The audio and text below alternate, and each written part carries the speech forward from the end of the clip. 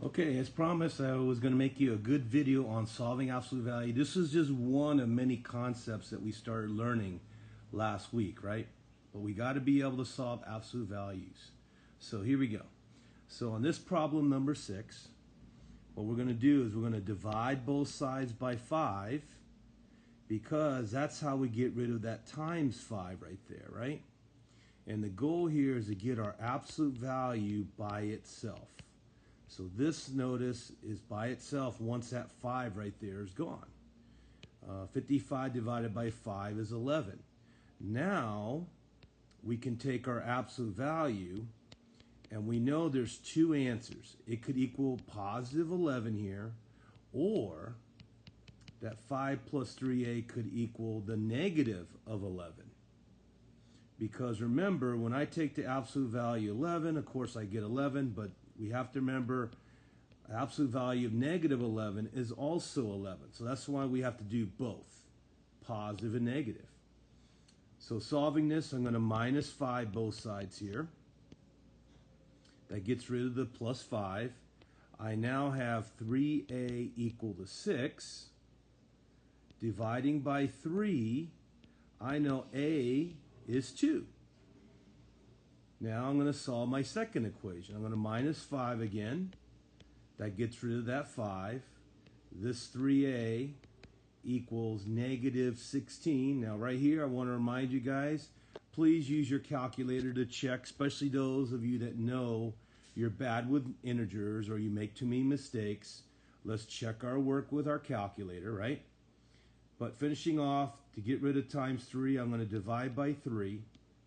So I know a is negative 16 thirds. Now, this is the answer I really want, but with the calculator, you could divide negative 16 by 3, and you will get negative 5.33. So negative 16 thirds is equal to negative 5.33. Now, the only reason why I divided to make it a decimal is we're going to check it with Desmos here, or you should check it with Desmos.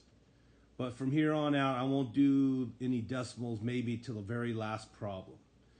But again, we should be able to check this with Desmos, which I will talk about at the end of the video.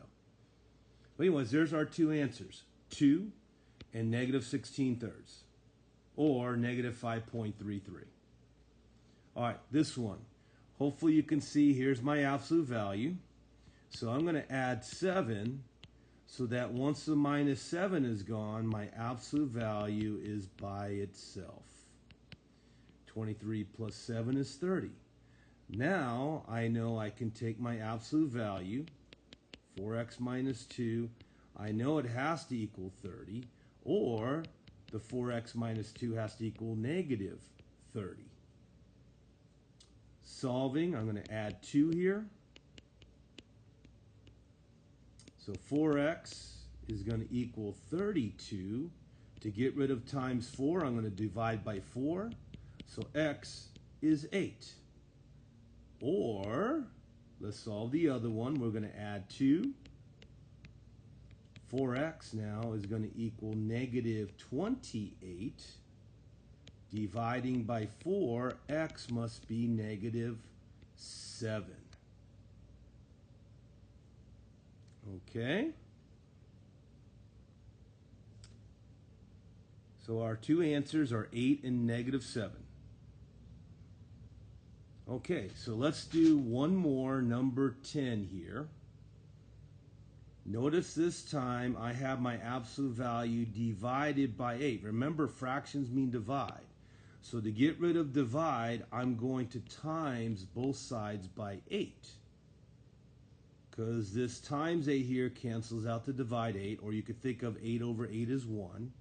And now I have my absolute value by itself equal to 16, because 2 times 8 is 16.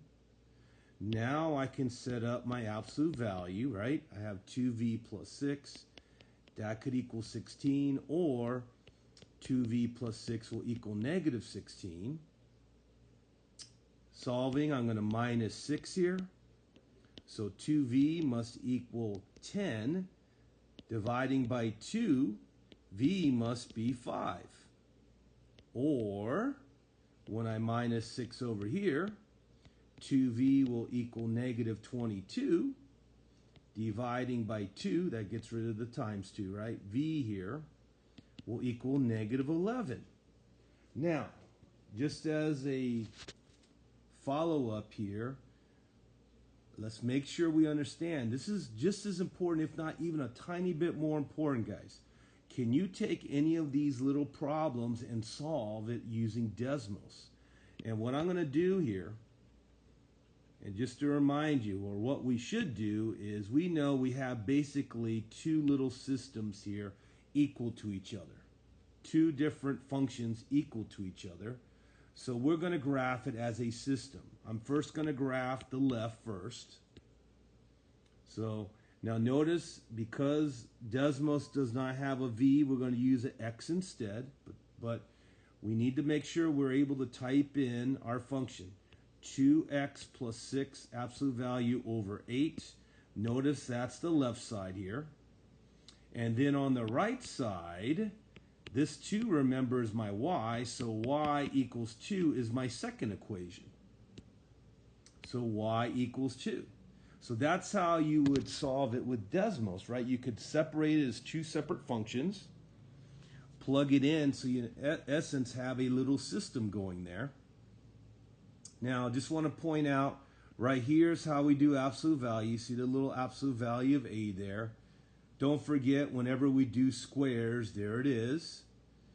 Remember that minus serves as a negative with Desmos. There is no separate negative button. Okay? And this is what you should have came up with. So the red here is my first function with the absolute value divided by 8. This blue line is the y equals 2 function. And you're going to look to see where they intersect, right?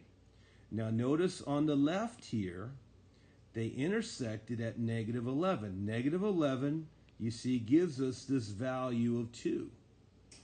On the right over here, notice we have a 5 that gives us the same 2. And if you compare that with our answer, notice we did get negative 11 and positive 5. But for here, I want to emphasize what you do is when you graph it, you look to see where they intersect each other, right? That's their solution, as we call it. Solution. Here we go. Solution. Okay. And hopefully you'll watch and study this video, guys, and soak it all in. We'll talk about it most likely this coming week, as early as Monday. And so I will see you in class then. Just make sure, this is one thing we got to be able to do, is solve absolute value functions.